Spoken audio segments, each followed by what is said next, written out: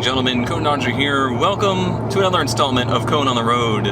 Take two. I actually already recorded one of these, and it seems as though recently I was talking with Kurt, kind of vicariously, and he was mentioning how he'd gotten a new GoPro, and he wasn't super happy with it, and I was like, you know what, I have a GoPro 3, and I'm just gonna use it till it dies and then move on to a different company. Kind of done with GoPro, not a big fan, and there's just no reason to upgrade. This one still works fine, everything is gonna be great. And all of a sudden it's starting to have issues. So obviously it heard. Yeah, I did this weird thing where the audio recorded, the video recorded, but the video was A, extremely out of sync with the audio, and B, it almost acted like it was recording at a frame rate that wasn't native to it. That's the only way I can describe its behavior. It was quite strange, and the footage was quite strange. But anyway, we're out on the roads. I am going to take just the most random route to basically go drop this car off at the place where I rent a little garage space so that I can change the oil on this car someday. I'm a little bit past due on that. I like to be very, very on with that stuff. I don't like to delay. I'm very, very up on the car maintenance stuff. I'm very proud of my cars, and I want them to feel respected. If only I treated myself with such care. So that's a good segue.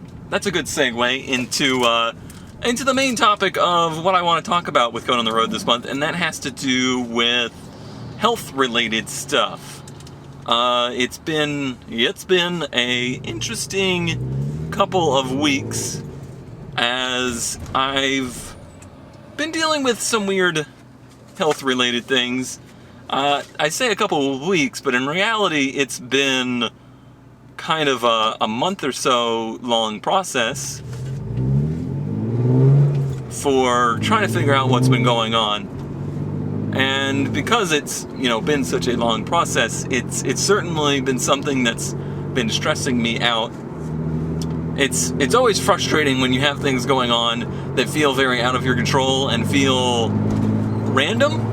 By 32, I get to the point where I feel like I've pretty much experienced all the weird body, not functions, but malfunctions at this point. So not too much should surprise me these days. And I've not had, a perfectly easy history as far as health stuff goes. I've had my problems, especially as a kid. I was not a very healthy kid, and that went, for 20 years basically. But I've been really lucky in, through my 20s and into my 30s where things have been pretty stable, which is good because I do live in the United States of America. Our healthcare is awful. It is frankly awful. And doing the things that I do, I've never really had great health insurance or anything like that. I currently have, better health insurance than I've had in many years, but it's still not fantastic. It's still at a point where any kind of major medical incident would be devastating to me. A trip to the ER could cost more than I will make in a year. That's kind of the situation I'm in. But luckily, I have the ability to see a primary care doctor and that kind of thing. And I'm thankful for that because, as it turns out, I have, kind of not been seeing the doctor very frequently in the last 2 years. 'Cause I've been feeling, pretty good and everything's been fine. But recently I had some kind of spooky things happening, and the spooky things have to do, now I know, So I was trying to be very vague with things. I was trying not to be super open with what's been going on, because the last thing I wanted was backseat doctoring. Backseat gaming is bad. Backseat medical care on the internet is really bad.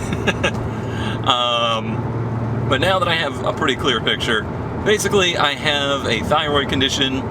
This is something that generations of people in my father's side of the family have had, and it's basically hyperthyroidism, but it was kind of an uncontrolled thing, and I've just kind of been coasting with that for an indeterminate amount of time, and now my body has decided to kind of take action on that, and that's what prompted the weird feelings and the strange side effects that I was not prepared for or was unfamiliar with.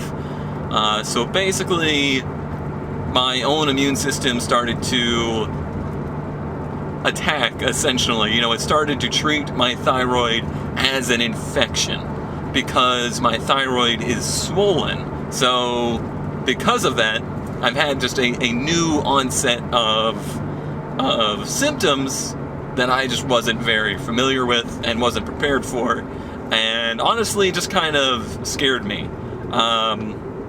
The scary parts of it are that I was getting just, a lot of weird aches and pains very inexplicably.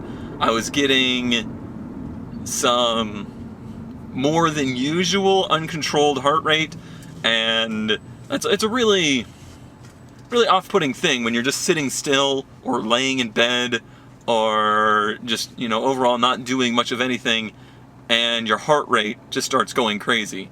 That's not really something that you are prepared for. That's not something your brain knows how to deal with, per se. So, concerning, to say the least. We got to go.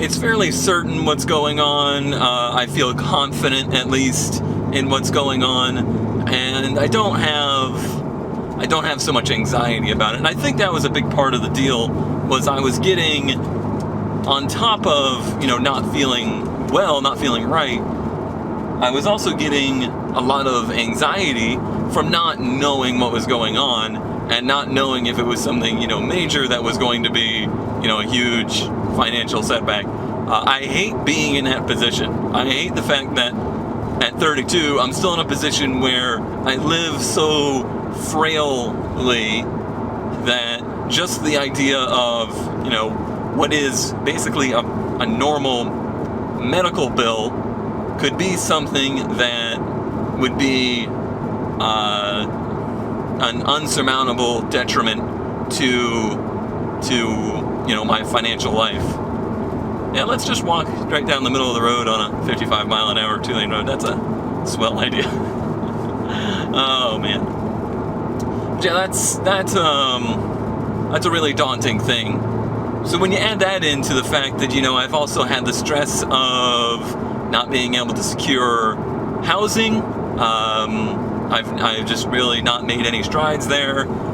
There's been a lot of stressful things to do with, I guess, this industry or my industry. YouTube continues to be a crapshoot, and really nobody knows what's going on there.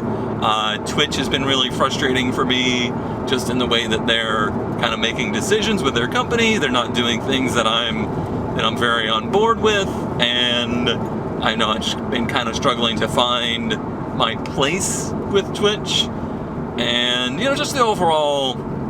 I mean, I'm a self-employed person that's essentially an entrepreneur. I don't know if that's really the right term for it, but I run a business, and it's a stressful thing. And this being basically the second year I've been doing that on like a full-time basis, it's just a lot, and I think it got to be a little bit overwhelming to me. So while there was actually something medically going on, that was seeming so much worse because of the anxiety that was building up inside of me because of everything else going on around that. So just too many layers in that cake, and it started to compress. Is that a baking thing? Does that happen in baking? I don't know. I don't bake. But it was the analogy my brain came up with. So I've been pretty forward that things have been going on. Like, I've been pretty forward that something hasn't been right, and then I, was seeing doctors and trying to figure out what was going on. So I was pretty forward with that stuff, which is worrying because, like I said, I worry that people are going to, they're going to try and diagnose me for one, which is really not a good time. And then, not that I don't appreciate people's help, it's just hard for people to know the whole story. You guys don't know my medical history, you don't know everything that's going on, and it's hard for me to explain that stuff. And I don't want to make people worry either, because I worry about so many people, and I just don't want to create unnecessary worry for people, because it very well...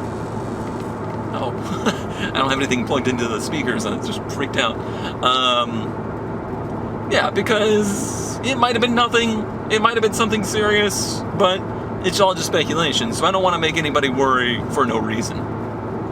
But people were able to figure out and could tell there was something going on, and I appreciate just the support, and more than anything, just the non-pointed support. Like, the how do I word this? How do words work? I appreciate the support for the only reason of being supportive.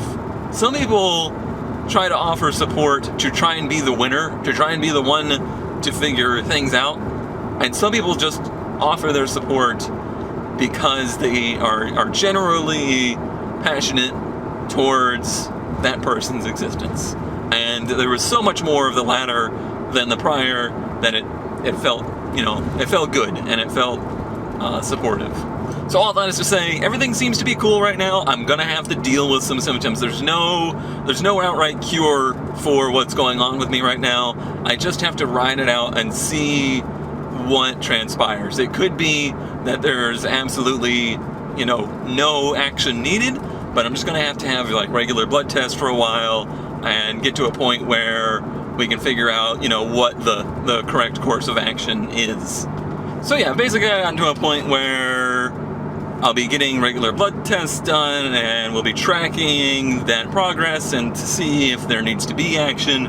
But as of now, I'm basically just going to have to live with and deal with some of the side effects. And those side effects are that my thyroid is definitely swollen, and it is actually swollen to the point where it's been putting pressure on my larynx, which is unfortunately the house of the voice box. This explains why for the last 3 or 4 months I've been dealing with more voice issues than usual. So now it's a twofold thing. Folds. The scarring on the vocal fold, as well as, that pressure on the larynx is causing its own set of problems. But it's really nothing to be very worried about. We'll be dealing with, the general aches and pains that basically everybody deals with when they have an infection and their immune system is active. As well as I am still, at this point, hyperthyrotic, meaning that my thyroid is producing too many of the hormones that it's, supposed to be producing, and some of that can cause joint pain, muscle pain, that kind of stuff, as well as, the heart rate stuff. That stuff basically just going to have to live with for a little bit, and it's all very bearable. And now that I have an understanding of why it's going on, it won't be freaking me out as much and won't be causing me as much stress, hopefully. So that'll just be a continued track of seeing if that should ever switch over, and it usually seems to swing the other way. of being like an underactive thyroid. And at that point, a different set of symptoms and just a different overall treatment style. But basically at this point, I've been given a clean enough bill of health to just continue living as I was living.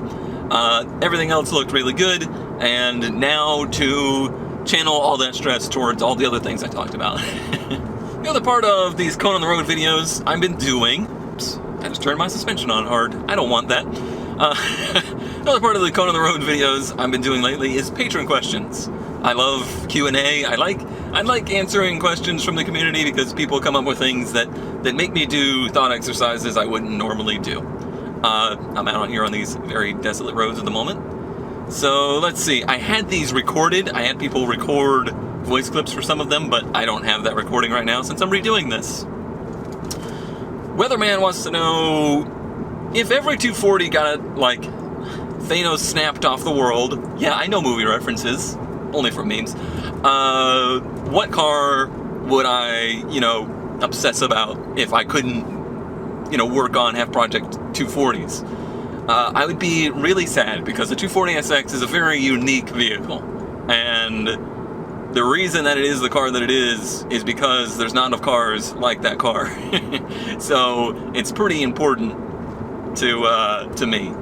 However, years ago, I had a different car. After like my 5th 240, I randomly got an SW21 MR2. I loved that car. I adored that car.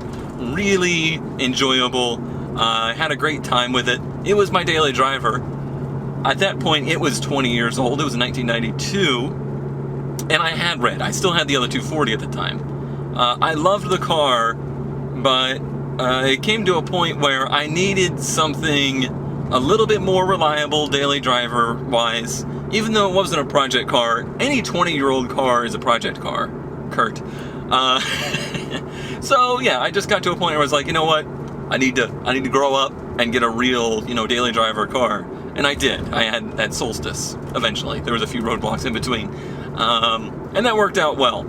However, at this point, I could basically have a car like that. I don't do a commute anymore. I'm not driving to school. I'm not doing a work commute. So I could still have a silly daily driver at this point. But I just ended up not going that route. And I don't know. I feel like I could go back to that. I really would love another MR2. I loved that people appreciated it. I never feel like people really appreciate the 240 out in the wild other than kids. Adults don't really seem to appreciate that car. I hope that changes someday. I hope people come around to appreciate the 240 just for what it is and what it was, rather than just as a toy. But I really loved the MR2. I loved driving it, and people responded to it great. People were just like, wow, I had one of those. I loved that car. So if it had to be something other than 240, it would probably be another MR2.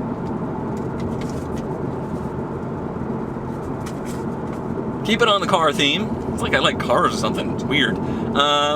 Tact wants to know, would a company like Honda or Toyota be able to maintain the reputation as reliable cars in the electric vehicle future? And this one's easy to me. I would say yes, because they've basically done nothing to maintain it in the current time and era. There's nothing about modern Toyotas or Hondas that really retain any of that old school mentality of reliability that they built up in the 90s. They've just been riding that reputation for years, and they will continue to do so. The reason they got that reputation was the cars, like I said, from the early 90s, like those early Camrys, even the MR2, those things were so overbuilt. Even the Supra, the Mark II Supra that I've worked on, that car is ridiculously overbuilt. You don't see that anymore. They don't do that anymore. It's a waste of money. Everything's built to a price now. Everything has a fine margin, and they just don't. That doesn't happen. There's no such thing as those kinds of cars anymore. Another car-related one from Craig. This one's interesting. Which series would benefit and which series would not benefit from switching to EV? So, no series has really done that. No series has gone from having gas-powered cars to electric-powered cars. Many have gone hybrid. Like, that's happened. Formula One obviously did that. But just going straight, from one to the other hasn't happened. NASCAR has been talking about doing some hybrid stuff here recently. I don't get it. I don't get it for NASCAR at all, and I certainly wouldn't get fully electric vehicles for NASCAR. NASCAR needs to focus on what they are known for and focus on keeping it the wonderful simplicity that made NASCAR known. And it made NASCAR accessible. More accessible than other forms of motorsport. That was the cool part of it.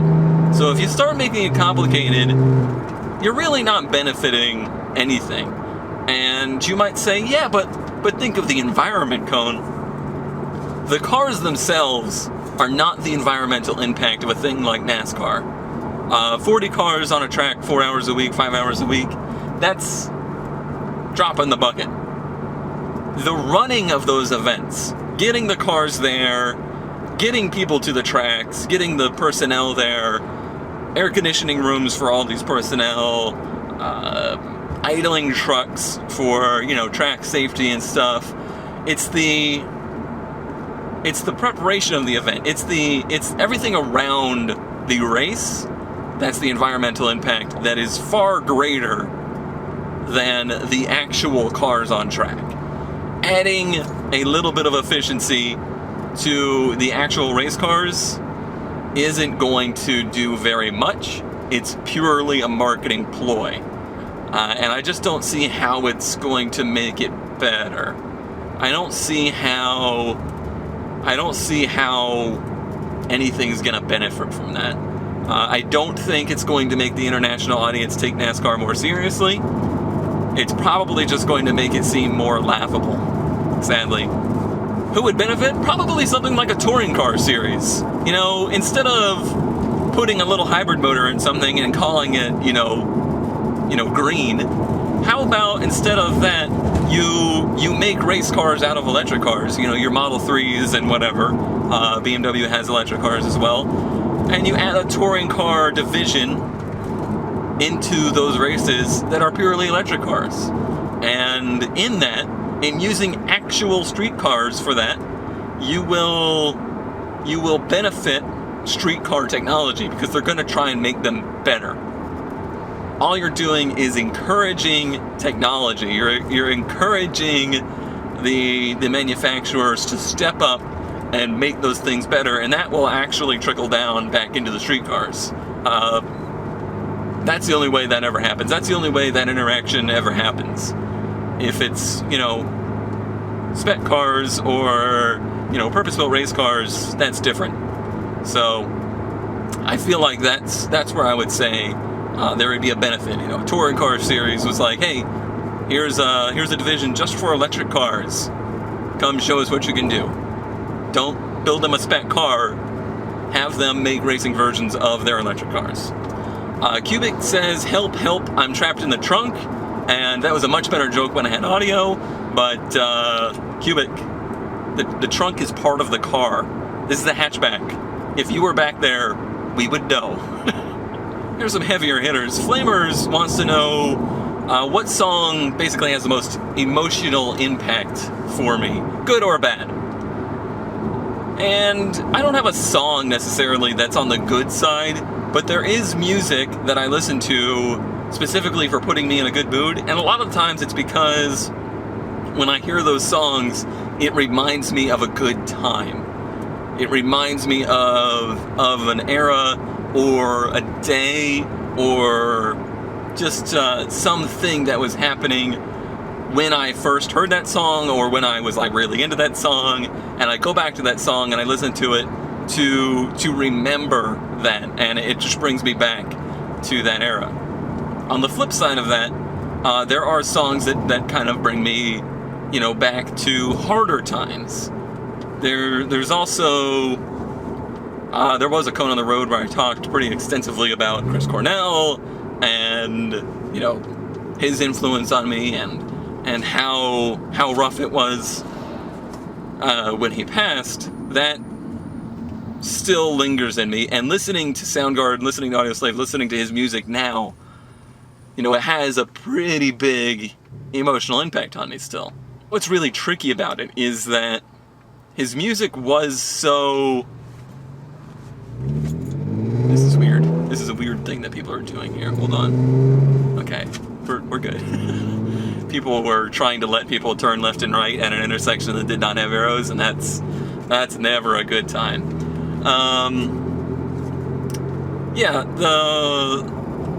His music was so good. Not just his music, Soundgarden was so good. Everybody in the band was making incredible music. It's catchy, it's enjoyable, it's wonderful.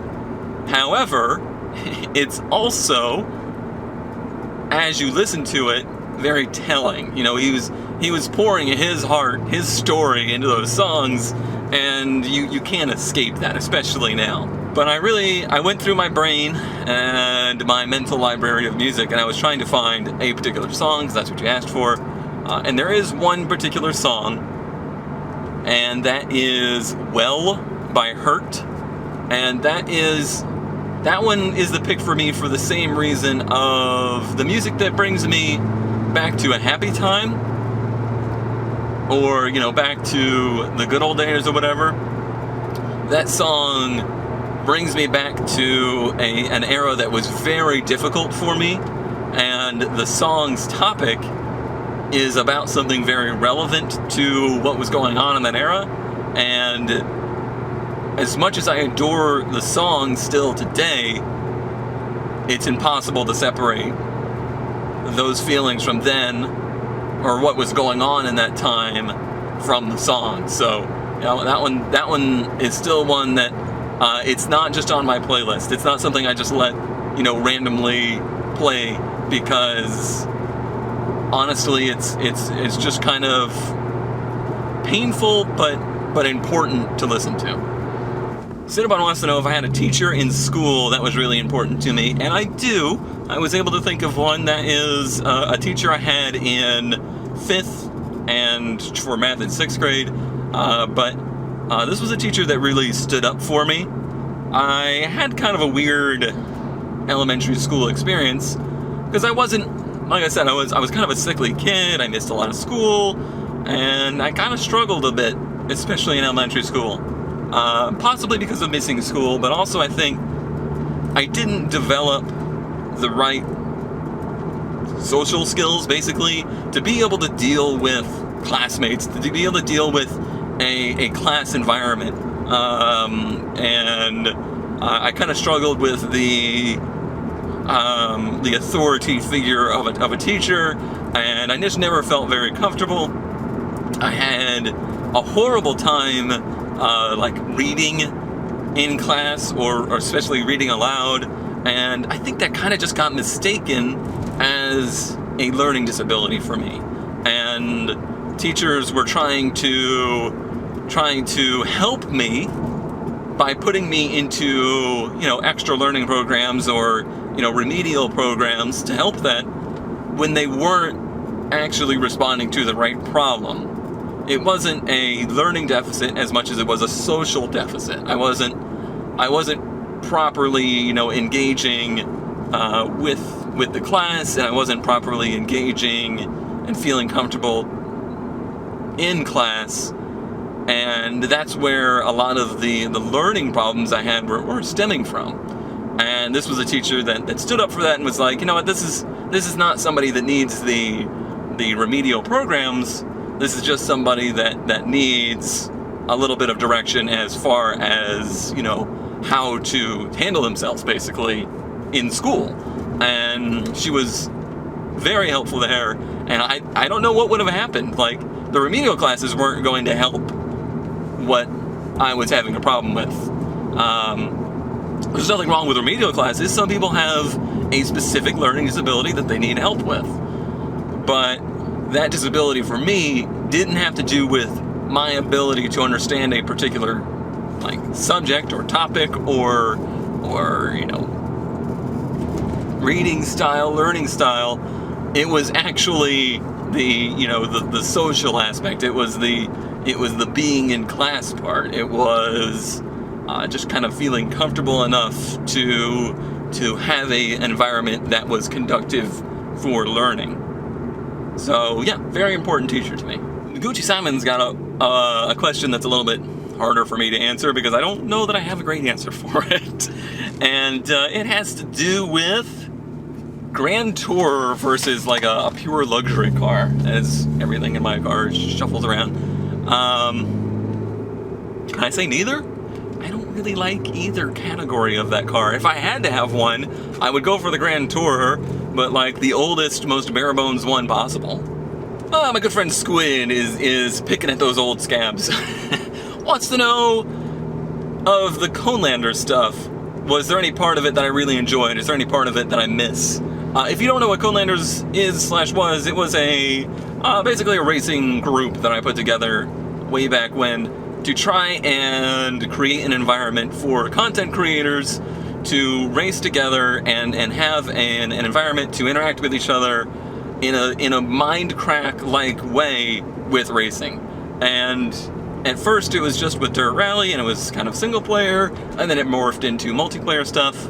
And I'm still really happy I did that. I'm still really happy that I made that initiative, because I think it was important. And I think it had an important goal, and it worked well for that kind of stuff. Most of the community here kind of stems from that era. Unfortunately, it kind of spun out of my control, and I wasn't a strong enough willed person to hold the reins on it, and it spun off into some really negative things.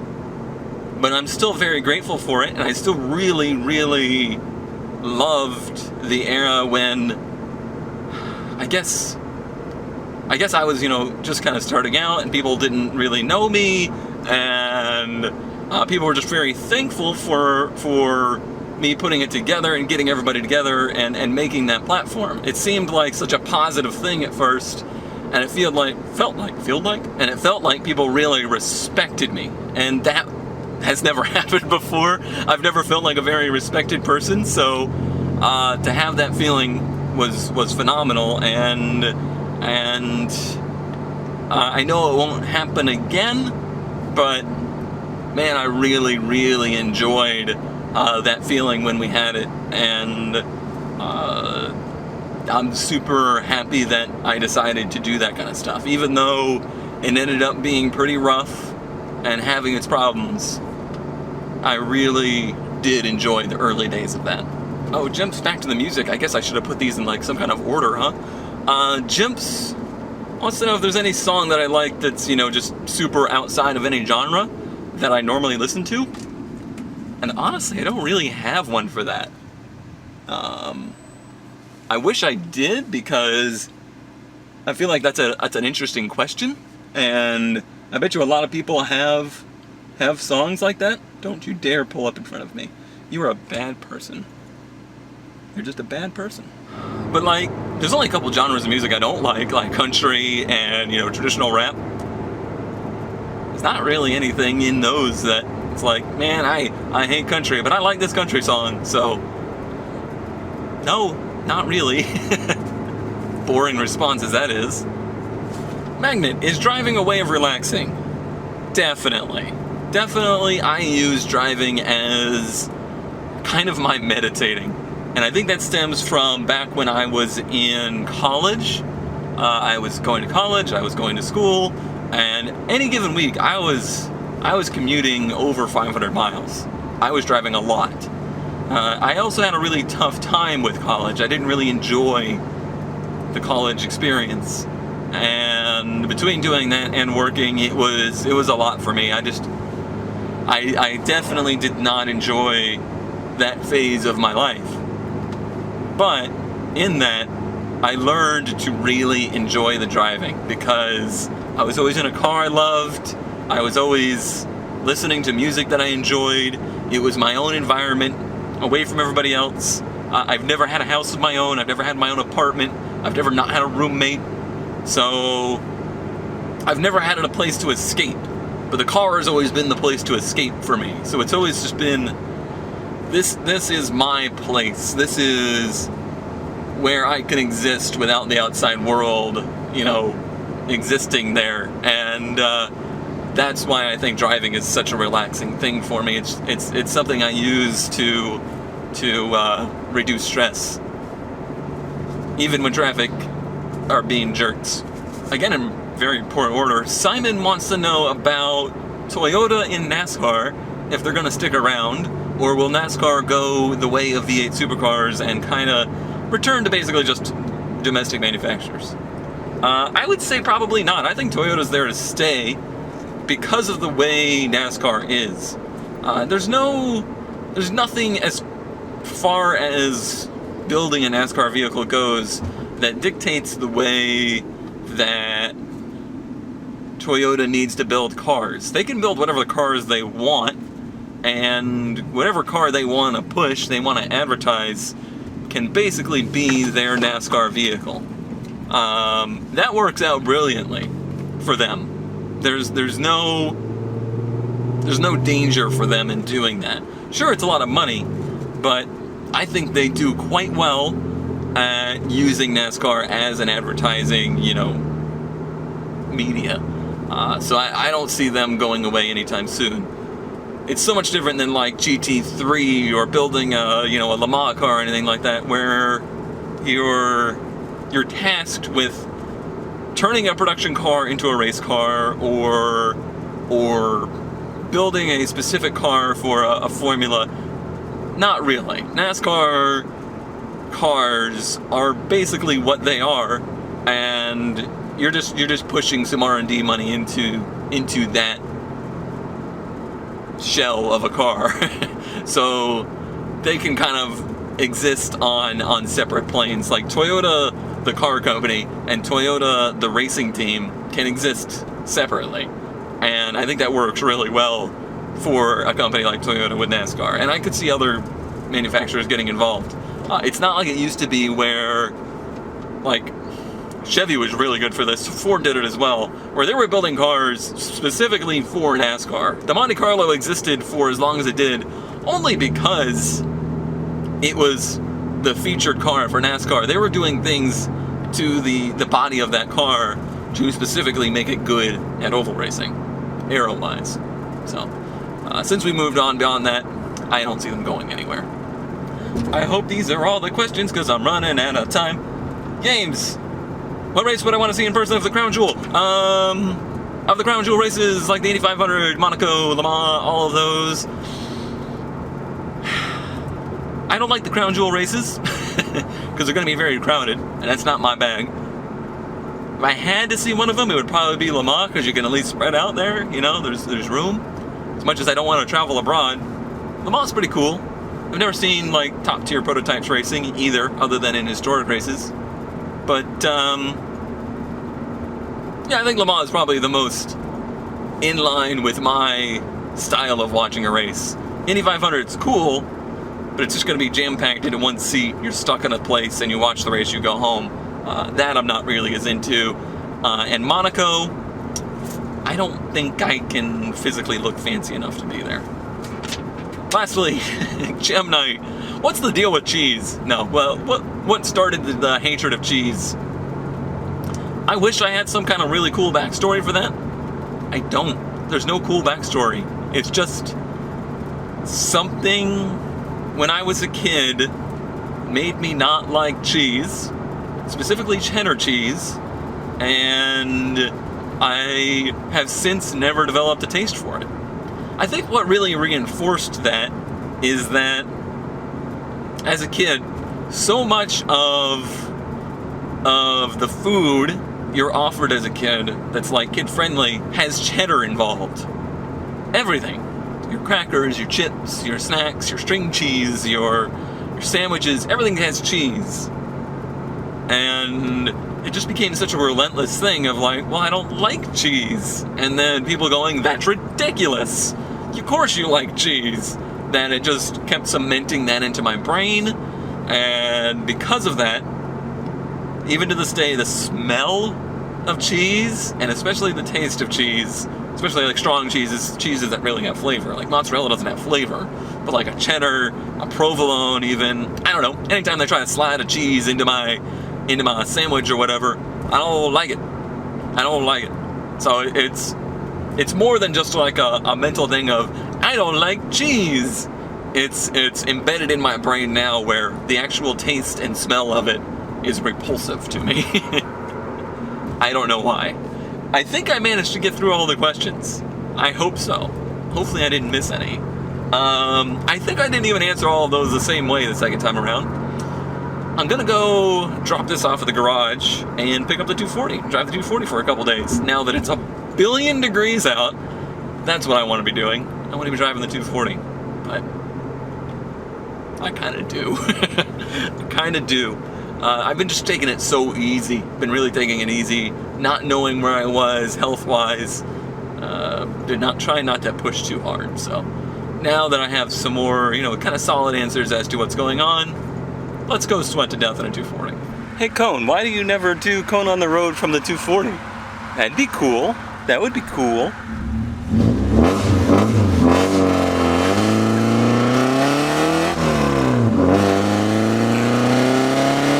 That's why.